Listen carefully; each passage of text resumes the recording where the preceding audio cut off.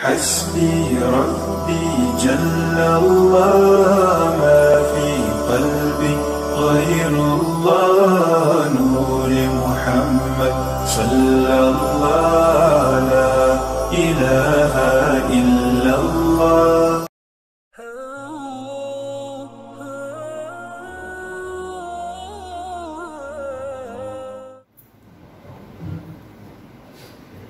Bismillahirrahmanirrahim.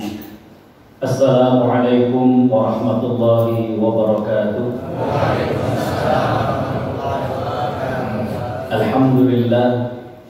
Alhamdulillahilladzi arsala rasulahu bil huda wa dinil haqq liyuzhirahu 'ala ad-din kullihi walau karihal musyrikun. Nashhadu an la ilaha illallah syahadatu haqqin wa sidq syahadatan tunjina min 'adzabillah wa nashhadu anna Muhammadan 'abduhu wa rasuluh. Allahumma salli wa sallim wa barik ala nabiyyina Muhammad wa ala alihi wa sahbihi wa man sara ala nahjihi wastanna bi sunnatihi ila yaumiddin. Qala Allah 'azza wa jalla fi kitabihil karim, a'udzu billahi minasy syaithanir rajim. Laqad kana lakum fi Rasulillahi uswatun hasanah. Shadaqallahul azim. Hadratul muhtaramin yang sama-sama kita muliakan, guru saya Ketua DMI Jakarta Pusat Kiai Haji Syawaludin, yang sama-sama kita hormati dan saya cintai guru saya Ketua DMI Cabang Kiai Haji Bambang. Berapa kali ketemu, tapi Masya Allah ya, ketemunya itu selalu di masjid atau dalam taatan. Saya jadi teringat ketika ada orang-orang sekuler yang dulu bertanya kepada Buya Hamka, mengkritisi, katanya, oh itu di Arab juga banyak kemaksiatan. Kata Buya Hamka, saya nggak pernah nemu. Saya kalau umroh haji nggak pernah nemu. Kata Buya Hamka, memang begitulah. Kalau orang soleh ketemunya orang soleh, kalau ahli maksiat ketemunya sama ahli maksiat. Ya, kalau kita ketemu di masjid, kalian mungkin ada, tapi karena nggak ketemu. Ya. Yang juga saya hormati dan saya muliakan Ketua Ranting DMI, guru saya ya Haji Amin Karim, Ustaz Amin Karim. Ya. Jadi kalau dalam Muhammadiyah itu panggilnya Ustaz, kalau itu Kiai. Jadi makanya dua-duanya saya panggil Ustaz Kiai. Kemudian juga Ketua DKM Masjid Al-Furqan Ustaz Dedi dan juga seluruh jajarannya, para kiai, para hujas, dan tentunya yang sama-sama kita muliakan dan kita doakan selalu, yang tadi menyampaikan dari perwakilan DPRD DKI Jakarta Ibu Israyani. Mudah-mudahan Allah Subhanahu wa taala menguatkan pundak beliau, Allah senantiasa menjaga keamanan beliau, dan mudah-mudahan beliau bisa terus memperjuangkan aspirasi daripada umat ini. Amin ya rabbal alamin. Hadirin hadirat para perindu surga Allah Subhanahu wa taala, tentunya tiada kata yang pantas kita lantunkan di pagi hari ini melainkan ucapan syukur alhamdulillah. Betapa sayangnya Allah kepada kita, betapa banyaknya nikmat dan karunia yang Allah limpahkan kepada kita. Sungguh kalau kita bermaksud menghitung nikmatnya, kita tidak akan sanggup untuk menghitungnya. Tapi memang Allah tidak meminta kepada kita untuk menghitung nikmatnya. Yang Allah minta kepada kita adalah mensyukuri nikmatnya. Hanya terkadang saking derasnya Allah mengucurkan nikmat kepada kita, sampai-sampai terkadang kita tidak sadar bahwa apa yang sudah kita miliki merupakan karunia besar dari Allah. Belum tentu orang lain diberikan karunia yang sama. Di antara begitu banyaknya nikmat yang Allah beri kepada kita, yang paling terbesar adalah Allah masih menitipkan iman di hati kita. Saya sering menyampaikan bahwa iman memang tidak menjamin kita untuk selalu tertawa atau melimpah harta. Tapi yang pasti iman menjamin kita untuk selalu merasakan sayangnya Allah kepada kita. Kadang dalam hidup, apalagi berbicara tentang perjuangan, tidak seluruhnya warna-warna indah yang kita lalui. Kadang dalam hidup tidak seluruhnya rasa manis yang kita kecapi, tapi dengan iman kepada Allah, kita merasakan Allah tidak pernah meninggalkan diri kita. Pada saat Allah lapangkan rezeki kita, Allah muluskan karir kita, Allah kabul doa-doa kita, kita tidak lantas lalai dari Allah Subhanahu wa Ta'ala. Begitulah keimanan mengajarkan kepada kita.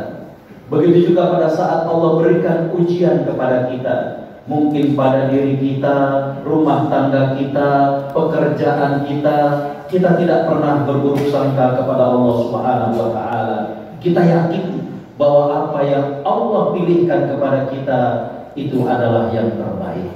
Bukankah Allah berfirman dalam surat Al-Anbiya ayat 35, A'udzu billahi minasyaitonir rajim, wa nabluukum bisyarri wal khairi fitnah, dan kami akan menguji kepada kalian dengan hal yang menyenangkan maupun tidak menyenangkan sebagai cobaan bagi kalian.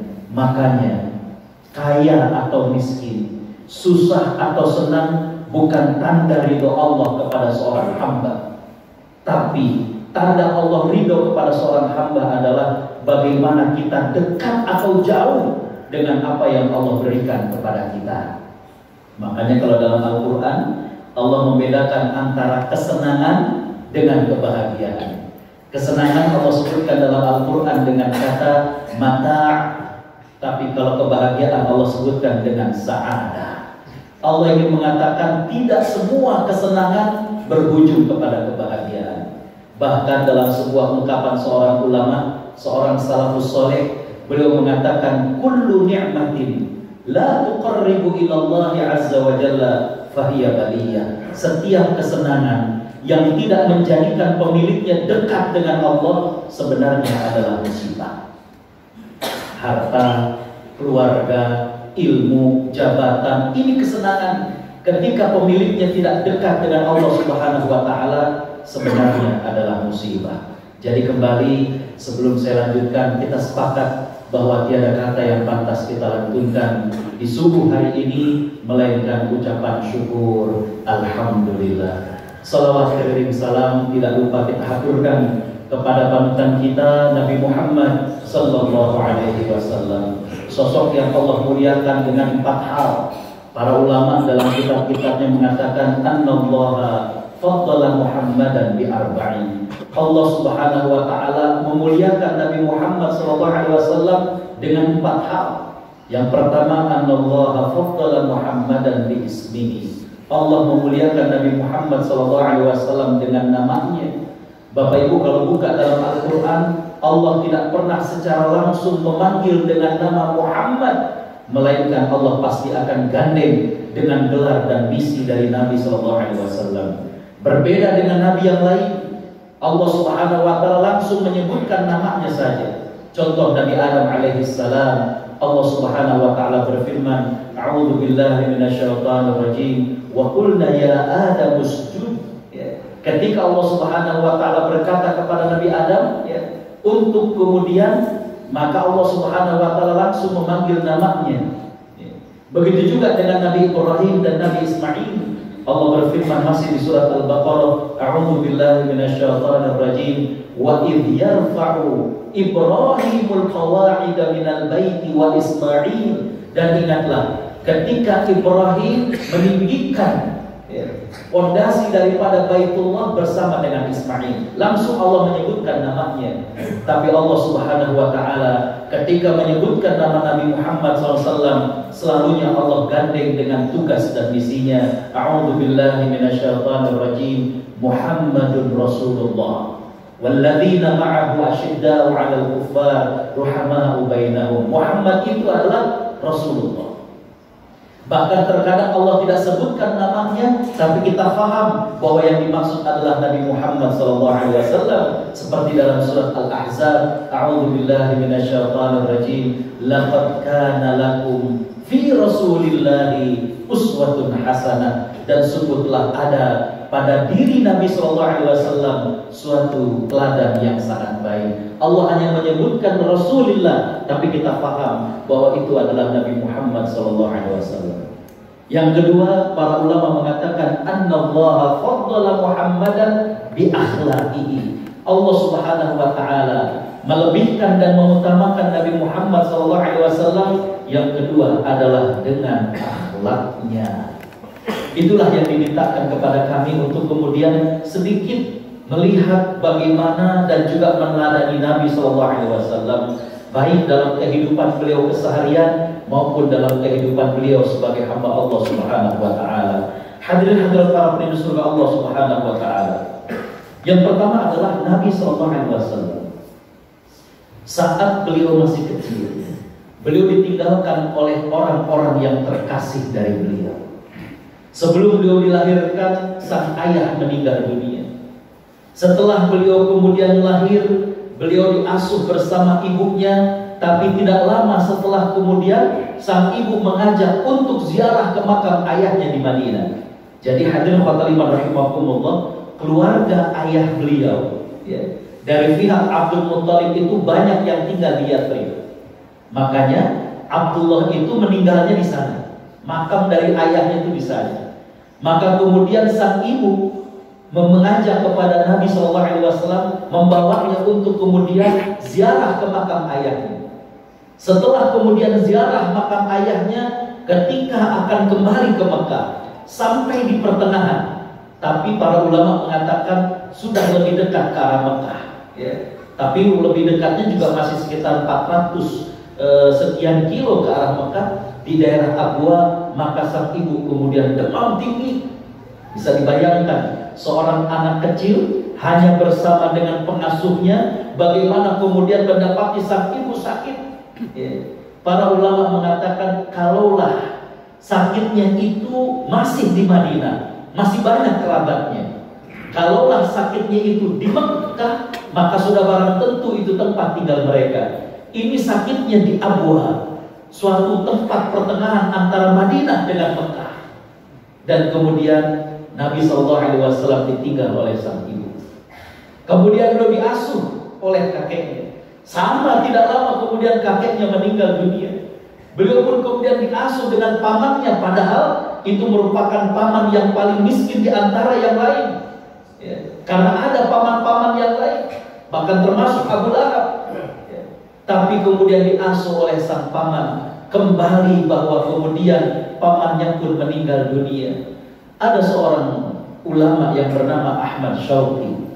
Beliau mengatakan bahwa Allah Subhanahu wa taala menjadikan Nabi SAW yatim dan kemudian ditinggal oleh orang-orang yang terkasih dari beliau. Di antara hikmahnya adalah Allah inginkan agar Nabi SAW memiliki kemandirian dan tingkat tawakal kepada Allah Subhanahu wa taala.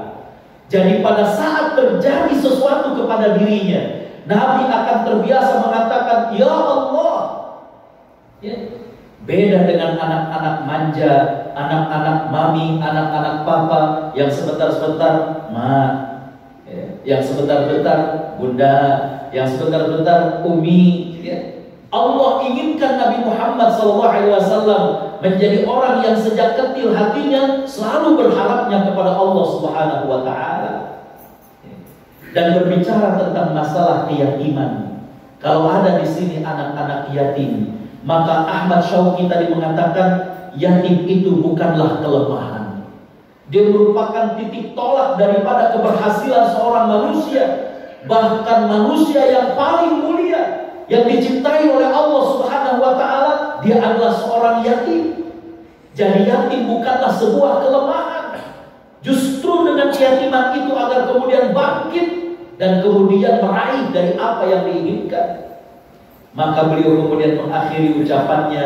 Beliau mengatakan laisal yatimu man mata abuhu. Kata beliau, kita sering menangisi bagaimana sedihnya melihat anak-anak yatim. Padahal kata beliau, mestinya kita menangis ketika anak-anak kita tidak terperhatikan. Karena yatim itu bukan saja orang yang mati ayahnya, tapi yatim itu adalah orang yang tidak mendapatkan pendidikan dari ibunya dan kesibukan daripada ayahnya ya.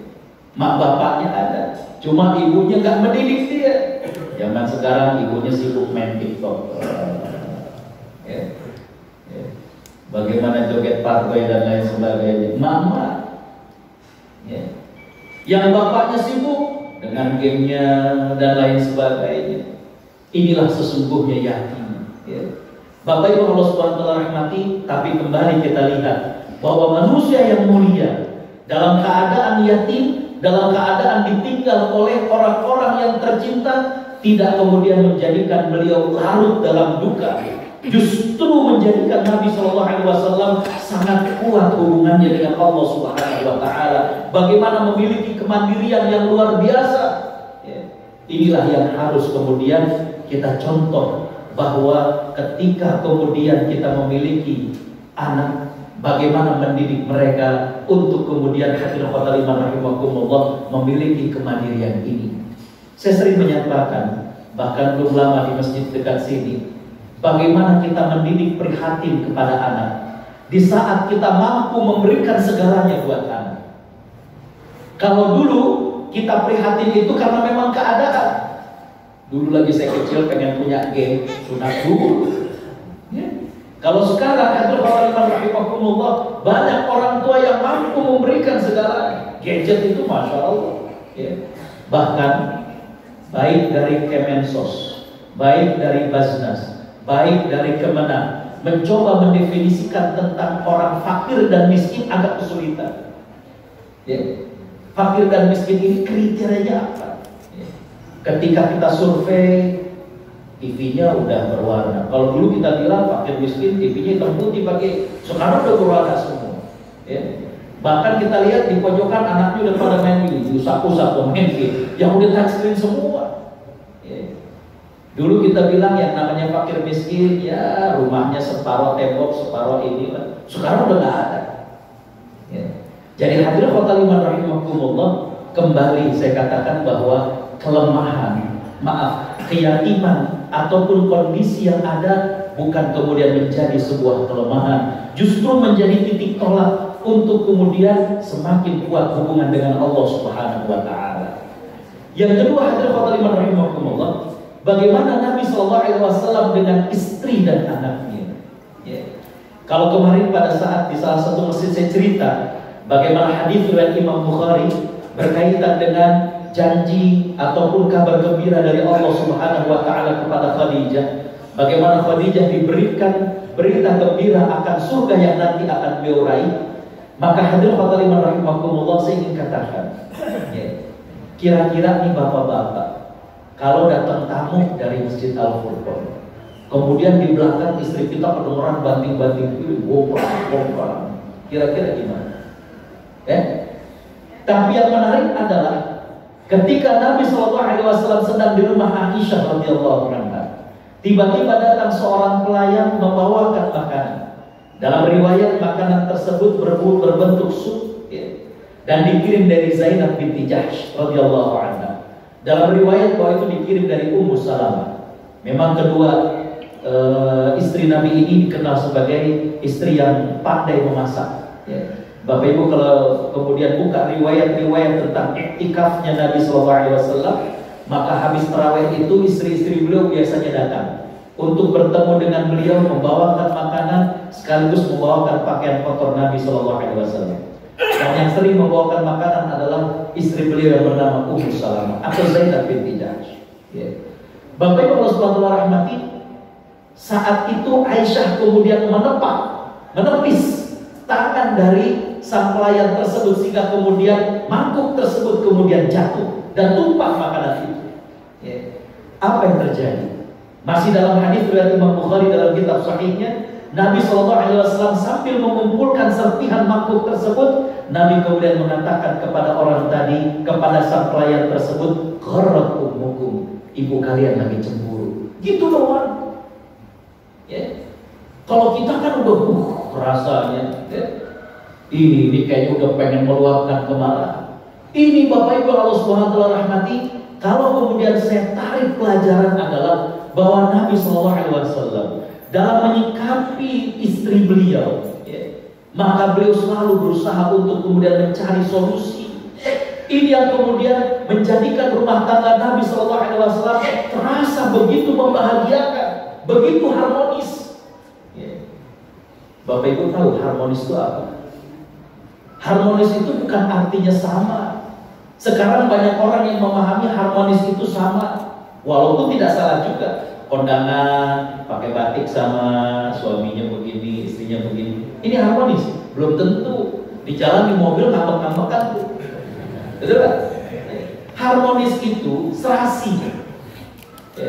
Mohon maaf, saya dulu pesantren di Garut, pernah lihat angklung. Angklung itu bunyi suaranya dari tiap ini tuh beda. Tapi ketika kemudian kompak dan serasi, enak kan ini suaranya? Enak kan? Jadi nggak mesti sama. Ukuran angklung tuh beda-beda, suaranya beda-beda. Tapi yang namanya harmonis itu bisa serasi dengan itu.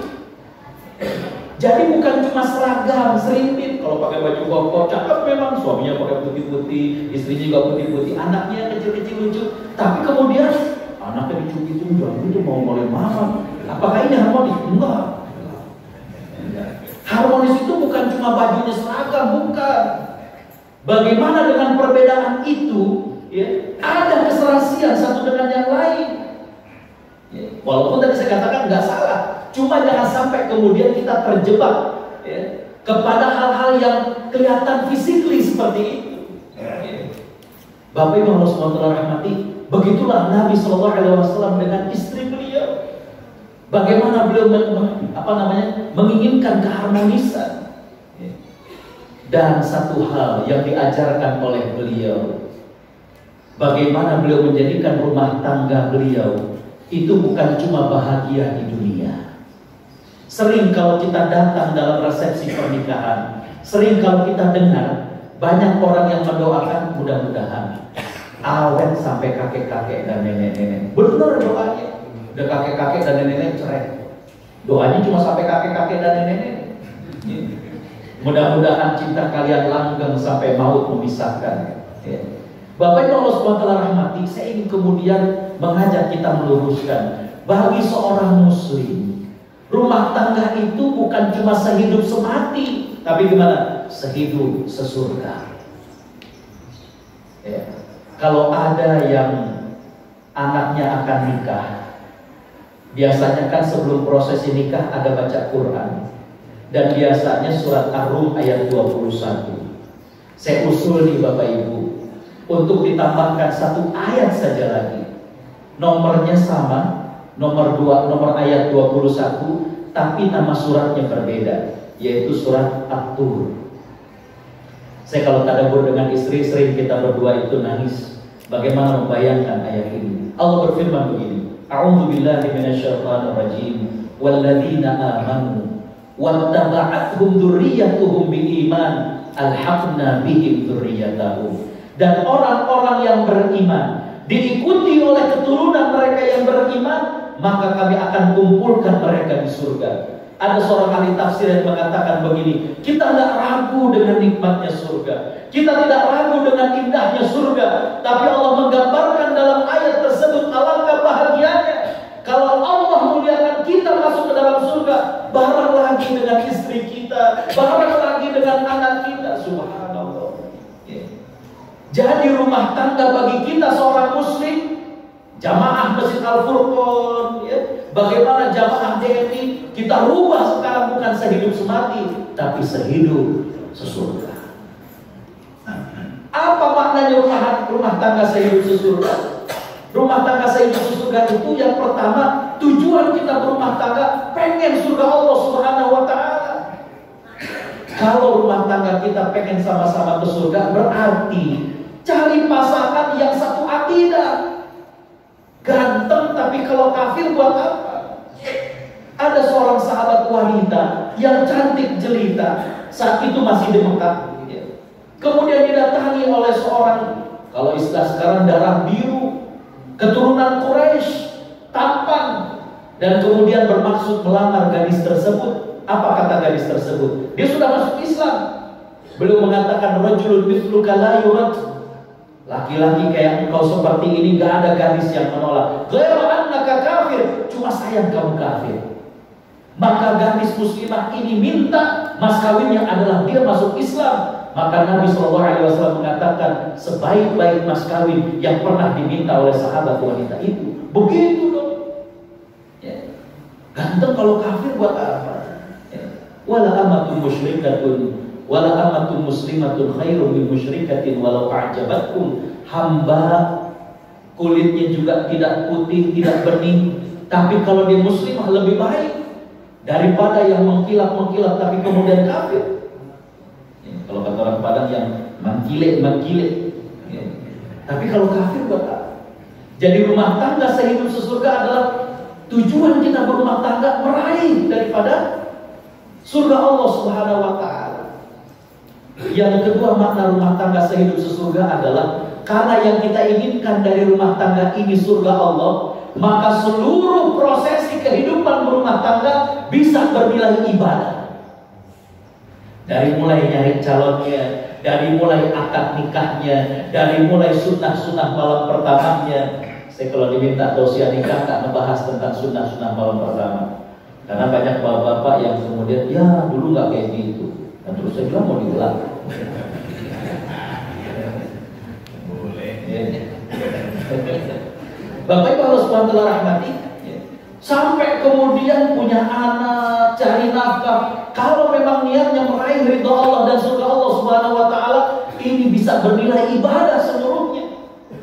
Saya sering bikin renungan pagi, kadang kalau sempat siang, kadang kalau ini sore. Saya mengatakan dalam salah satu kalimat saya, pernikahan merupakan ibadah yang paling lama yang dilakukan oleh hamba Allah. Sholat subuh tadi, Masya Allah imamnya baca surat Ar-Rahman, tapi nggak lebih dari 10 menit. Baca Quran kita paling tahan setengah jam, itu juga mulut udah berbusa, apalagi kalau merasakan pahit rasanya. Tapi pernikahan, sejak kita punya niat menikah, cari calon, akad nikah, resepsi, sampai kemudian kita cari nafkah, mendidik anak, ini semua bisa bernilai ibadah kepada Allah Subhanahu wa Ta'ala. Maka yang ketiga dari rumah tangga sehidup sesurga adalah karena yang kita inginkan dari pernikahan ini adalah surga Allah, maka tantangannya juga nggak ringan. Orang Arab ada perkataan al-ajru ala qadril masyaqqah. Upah sesuai dengan kadar kesulitan pekerjaannya. Makanya ada, kalau saya beda RW dengan Bu Israyani, makanya tadi beliau bilang kita beda RW tapi ketemunya jarang ya, beliau dengan kesibukannya, saya dengan kesibukannya. Makanya kalau orang Mardani bilang ya kalau pengen surga memang begitu kan, kita harus kerjanya yang giat, ibadahnya yang semangat, karena pengen hadiahnya surga. Kalau cuma hadiahnya, kalau kerjanya ringan, usahanya ringan, ya dapatnya gerondong, nuker panji bolong, kan begitu. Masih ingat dulu kalau ini suka ada, masih ada nggak di sini? Kalau di Mardani suka ada, panji bolong, tuker gerondong, hadiahnya begitu. Bapak Ibu Allah SWT rahmati, al-ajru ala qadril masyaqqah, upah sesuai dengan kesulitannya. Karena yang kita inginkan surga, maka Bapak Ibu rahmati Allah, tantangannya nggak ringan, Kadang tantangannya dari orang ketiga. Sekarang itu sinetron dan lain sebagainya, isu tentang perselingkuhan, ngeri ya Allah. Bagaimana orang ketiga? Saya sering mengatakan ini buat ibu-ibu, sampaikan kepada suaminya, bapak-bapak juga harus ingat bahwa para ibu-ibu ini, kalau kitanya yang laki itu ada kesulitan ekonomi, mereka bisa tahan Pak. Tapi kalau sudah dikhianati, jarang di antara mereka yang tahan. Kalau kata orang Mardani, kalau diajak sengket, susah siap mereka. Tapi kalau udah dikhianati, banyak yang gak siap. Orang ketiga. Tapi saya ingin mengatakan di forum ini, yang dimaksud dengan orang ketiga itu nggak mesti pria idaman lain atau wanita idaman lain. Termasuk pria ketiga itu bisa jadi orang tua yang turut campur, mertua yang turut campur, ipar kadang. Termasuk orang ketiga zaman sekarang adalah teman atau media sosial. Saya 3 kali diundang ke Amerika. Waktu itu pengajian di Las Vegas. Masyarakat Indonesia di sana. Las Vegas itu dulu saya kenal kota judi, betul lah. Pas saya ke sana ternyata bukan kota judi, Sin City, kota dosa. Karena bukan cuma judi. Tapi Masya Allah, Muslim sekarang makin banyak, sudah ada Islamic Center. Ketika pengajian, kemudian pada saat tanya jawab, dari kalangan muslimah ada seorang wanita muda yang nanya ke Ustadz, bagaimana hukumnya kalau orang tua pinjam duit? Boleh nggak orang tua pinjam duit?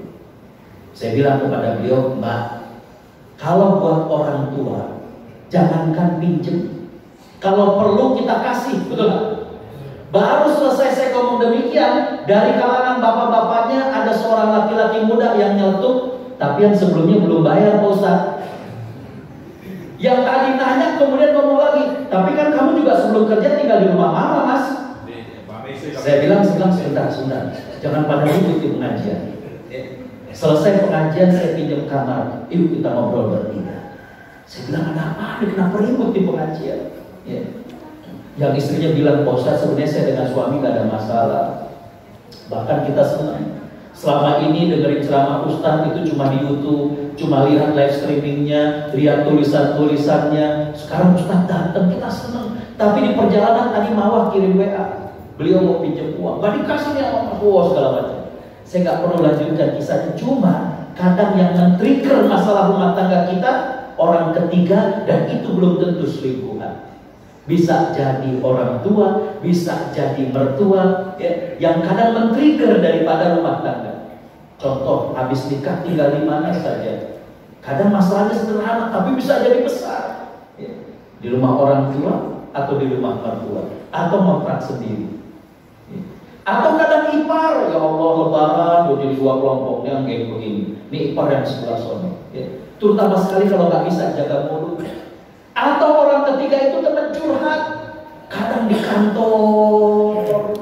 Banyak yang kan, Ustaz, saya kok kalau curhat sama teman di kantor lebih nyamannya daripada sama suami. Saya bilang setan, Mbak, ya kayak gitu setan. Ya. Kok bisa? Mestinya kita lebih terbuka kepada suami, bukan kepada teman di kantor. Ini yang nanti ujung-ujungnya adalah bagaimana terjadinya perzinahan.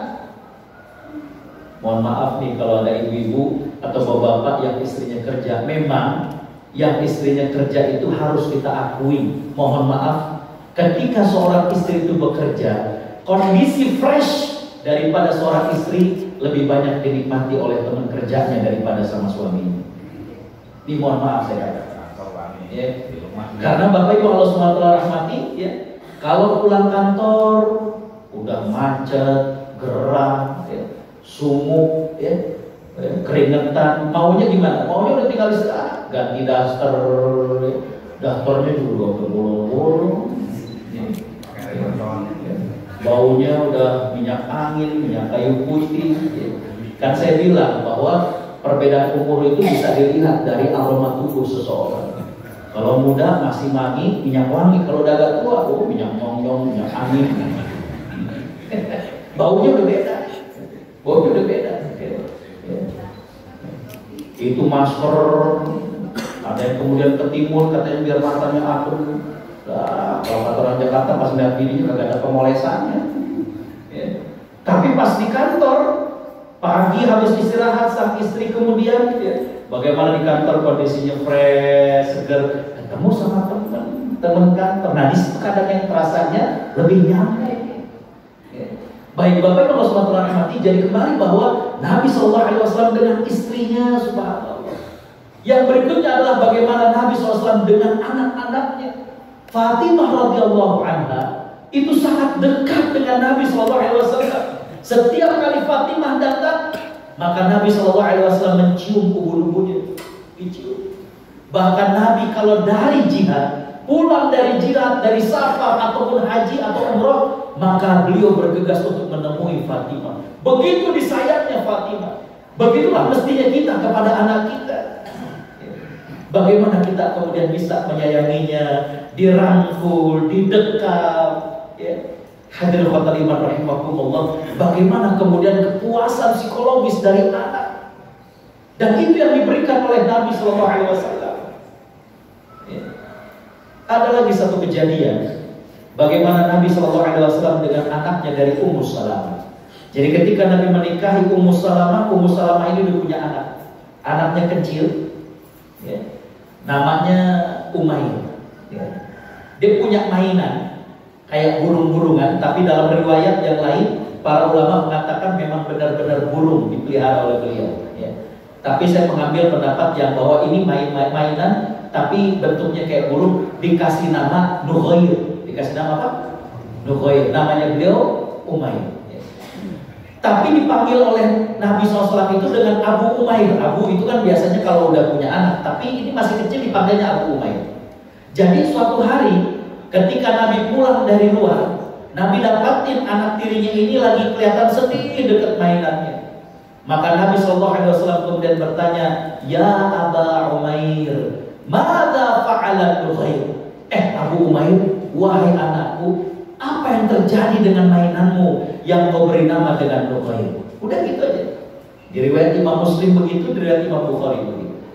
Bapak Ibu berahmati Allah, orang kalau hatinya dengki, orang kalau lisannya lancang kepada Nabi SAW, banyak kalangan orientalis dan sekuler mengkritik hadis itu. Mereka mengkritik, buat apaan diriwayatkan sampai ke kita? Cuma Nabi bertanya kepada anak tirinya, Abu Umair, apa yang terjadi dengan mainanmu yang kau kasih nama dengan Nughair? Itu bagi orang yang hatinya jelek, lisannya jelek. Tapi Imam Syafi'i rahimahullah lain. Bapak Ibu berahmati Allah. Jadi Imam Ahmad ini, nanti kapan-kapan kita cerita tentang imam yang tak madhab. Imam Ahmad ini sangat cinta kepada Imam Syafi'i. Bahkan Imam Ahmad menjadikan Imam Syafi'i satu dari 6 guru beliau yang selalu disebutkan namanya dalam doa. Subhanallah, kita begitu gak sama guru kita. Imam Ahmad itu sampai menyebutkan nama Imam Syafi'i dalam doanya. Nah, Imam Ahmad sempat mengundang Imam Syafi'i untuk datang ke Baghdad, bermaksud untuk nginep di Baghdad. Malam itu disediakan makan malam dengan Imam Syafi'i bersama dengan putri Imam Ahmad. Jadi Imam Ahmad putrinya dari Imam Syafi'i. Ketika makan, putri Imam Ahmad melihat, kok Imam Syafi'i makannya banyak benar. Katanya ulama, kok makannya banyak. Nah, ketika Imam Syafi'i akan tidur, dibawakan bejana isinya air agar berwudu. Ketika pagi dilihat sama putri Imam Ahmad, airnya gak berkurang. Akhirnya kemudian sang anak ini protes kepada ayahnya, wahai ayahanda, inikah gurumu, inikah ulama yang kau puji-puji dan kau hormati, bahkan kau sebutkan namanya dalam doamu? Kata Imam Ahmad, kenapa? Semalam aku perhatikan makannya banyak, dan pagi tadi aku cek air yang di bejana gak berkurang, berarti dia gak sholat malam. Kata Imam Ahmad, tanyakan saja langsung kepadanya. Ditanyakan 2 hal ini. Apa kata Imam Syafi'i? Aku semalam makan banyak karena yakin ayahmu adalah seorang yang warak, maka dalam mencari harta dan memilih makanannya pasti mencari yang halal. Karena aku sangat yakin dengan kehalalannya, maka aku makan banyak di rumah ayahmu. Makanya nanti kalau ustaz-ustaz makan yang banyak berarti yakin benar. Yang kedua, kata Imam Syafi'i, betul. Semalam aku gak sempat untuk sholat malam karena baru saja aku merebahkan badanku. Aku teringat dengan hadis Nabi yang mengatakan kepada anaknya, hei Aba Umair, apa yang terjadi dengan mainanmu yang kau namakan dengan Nughair? Aku merenungi, aku memikirkan, dan aku mendapatkan 30 baban fil ilm. Aku mendapatkan 430 bab tentang ilmu. Coba, orang kalau hatinya bersih, Allah kasih pikiran yang jernih, 30 bab ilmu dari ucapan itu. Apa saja? Yang pertama kata Imam Syafi'i, hukum asal patung itu haram. Yang berbentuk 3 dimensi itu haram. Tapi kalau untuk mainan anak-anak maka tidak haram. Coba, kita kepikiran nggak? Enggak kan? Tapi Imam Syafi'i ketika hatinya bersih, Allah berikan pikiran yang jernih. Kan mainan tadi itu bentuknya kayak burung. Kalau memang itu mainan, maka nggak haram. Bapak Ibu berangkat umroh, ada keponakan cucu yang bilang, kayak bawain onta dari mana oleh-oleh. Tapi pulang dari Masjid Nabawi kita lihat ada onta dilempar-lempar. Ya Allah, asyra liar. Boneka onta-onta yang kalau dipencet bunyi ya Taibah. Boleh kayak begitu. Karena mainan kan. Yang kedua, kata Imam Syafi'i, dari Nabi mengatakan kepada anak tirinya, ya Aba Umair, apa yang terjadi dengan mainanmu yang kau namakan dengan Nughair? Ini menunjukkan bahwa Nabi itu Kalau ngobrol anak dengan anak-anak, disesuaikan dengan umur anak-anak. Ya. Umur anak-anak itu cara berpikirnya beda dengan kita. Ya. Contoh, anak kita nonton kartun, udah berulang kali. Nonton Ipin-Ipin udah berulang kali. Sampai apa? Ayah ntar jatuh nih, ntar jatuh. Beneran. Ya. Tapi dia ketawa, kita bilang lucunya apa? Udah berulang kali dinonton. Ya.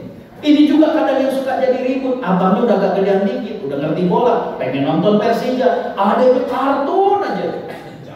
Ya. Jadi Bapak Ibu kalau rahmati, begitulah memang masih usia anak-anak. Makanya lihat bagaimana Nabi SAW ketika sholat Hasan dan Husain naik, ya. Dan kemudian kayak main kuda-kudaan. Kata Nabi SAW, sebaik-baiknya kuda adalah kuda yang kalian tungguin, karena Nabi SAW ditunggangi dijadiin kuda-kudaan. Ya. Bapak Ibu, begitulah Nabi dengan istrinya, Nabi SAW dengan anaknya. Yang terakhir Bapak Ibu Allah Subhanahu wa Ta'ala, yang ingin saya sampaikan adalah ya, bagaimana Nabi SAW ya, bersama dengan para sahabatnya. Allah Subhanahu wa Ta'ala menyatakan bahwa Allah mengutus seorang Nabi yang a'udzubillahi minasyaitonir rajim, azizun 'alaihi ma 'anittum bil mu'minina raufur rahim. Seorang nabi yang dia merasa akan ikut merasakan penderitaan kalian. Azizun 'alaihi, berat sekali ketika melihat ma'anittum, apa yang kalian alami. Jadi seorang nabi, seorang pemimpin yang empati kepada rakyat dan masyarakatnya. Kemudian Allah mengatakan bil mu'minina raufur rahim, sangat sayang kepada orang-orang yang beriman. Bapak Ibu berahmati Allah, usai salah satu peperangan, Nabi saat itu ketika akan membagikan harta rampasan, beliau kemudian mendapatkan seuntai kalung. Beliau mencari-cari siapa yang akan diberi. Sampai kemudian beliau ketemu dengan seorang wanita. Beliau katakan, sini, ini kalung untuk dirimu. Baru saja tangan perempuan ini ingin mengambil, Nabi SAW mengatakan, tidak, aku saja yang memakaikannya di lehermu. Subhanallah. Wanita ini sampai mengatakan, demi Allah, kalung ini gak pernah lepas dari leherku. Bahkan kalau boleh, nih kalau dibolehkan, artinya menunjukkan gak perlu, ya, maka aku akan minta untuk dimakamkan dengan kalung ini. Karena nanti pada saat di akhirat, dengan bangga aku tunjukkan, ya Rasulullah, ini kalung kau yang pakaikan dulu. Bapak Ibu berahmati Allah, begitulah perhatian Nabi kepada para sahabat, sehingga kemudian cintanya para sahabat luar biasa kepada Nabi SAW. Itulah yang menjadikan para sahabat tanpa dibuat-buat, tanpa pencitraan, cinta kepada Nabi SAW. Makanya ketika para sahabat di Mekah disiksa oleh orang-orang kafir, dan kemudian orang-orang kafir ini bertanya, maukah kalau keadaan kalian, posisi kalian diganti oleh Muhammad SAW? Mereka semuanya kompak mengatakan, enggak, kami enggak rela. Bahkan walaupun sekedar duri yang nempel di kaki Nabi, kami enggak rela. Maka orang-orang kafir Quraisy mengatakan, ma ra'aina ahadan yuhibbu ahadan kahubbi ashabi Muhammadin Muhammadan. Belum pernah kami dapatkan ada orang cinta kepada orang lain melebihi cintanya sahabat Muhammad kepada Muhammad sallallahu alaihi wasallam. Hadirin khotbah iman rahimakumullah, orang Arab ada perkataan bahwa orang yang cerdas itu dengan isyarat saja dia paham. Ya. Orang yang cerdas ya, dengan isyarat saja dia paham. Di sini artinya adalah bahwa saya harus jadi orang cerdas, gak perlu Ustaz dikasih kode, gak perlu ada kertas kecil, Ustaz 5 menit lagi saya kira ya, karena kita bersama-sama lapar ya, dan juga waktu udah segini, jadi saya akhiri ya.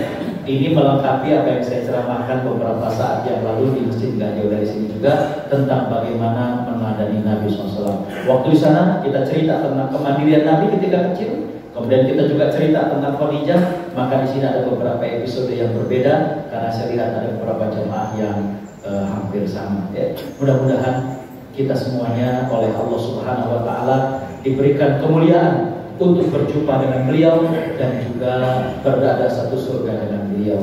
Bismillahirrahmanirrahim. Allahumma ighfir lana dhunubana wa israfana fi amrina wa thabbit 'alal haqqi aqdamana wansurna 'ala man 'adana. Allahumma ighfir lana wa liwalidina warhamhum kama rabbawna shighara wa li jami'il mu'minina wal mu'minat wal muslimina wal muslimat al ahya'i minhum wal amwat innaka sami'un qaribun mujibud da'awat wa ya qadiyal hajat. Rabbana hab lana min azwajina wa dhurriyyatina qurrata a'yun waj'alna lil muttaqina imama. Allahumma arzuqna imaman 'adilan na'buduka bi imamati wa la tusallit 'alaina bi dhunubina man la yakhafuka wa la yarhamuna. Allahumma ya Allah, kami memohon kepadamu ya Allah semua yang pernah diminta oleh Nabi Muhammad SAW, dan kami berlindung kepadamu ya Allah dari semua hal yang pernah Nabi minta diperlindungi daripadanya. Allahumma ya Allah, ampuni kedua orang tua kami, sayangi keduanya. Allahumma ya Allah, jadikan rumah tangga kami sakinah, Engkau penuhi dengan cinta mawaddah warahmah. Ya Allah, jadikan anak-anak kami anak-anak yang soleh dan solehah, anak-anak kami yang menegakkan sholat, yang gemar membaca Al-Quran, yang gemar menghafal Al-Quran, anak-anak yang taat padamu dan berbakti pada orang tuanya. Allahumma ya Allah, berikanlah kami pemimpin-pemimpin yang adil, yang kami nyaman beribadah kepadamu dengan kepemimpinan mereka. Jangan karena dosa dan aib kami lalu kau timpakan pemimpin yang tidak takut padamu dan tidak sayang pada kami. Rabbana atina fid dunya hasanah wa fil akhirati hasanah wa qina adzabannar wa bi fadli subhanaka rabbina rabbil izzati amma yasifun wa salamun alal mursalin walhamdulillahi rabbil alamin wallahu muwaffiq ila aqwamit thoriq. Wassalamualaikum warahmatullahi wabarakatuh.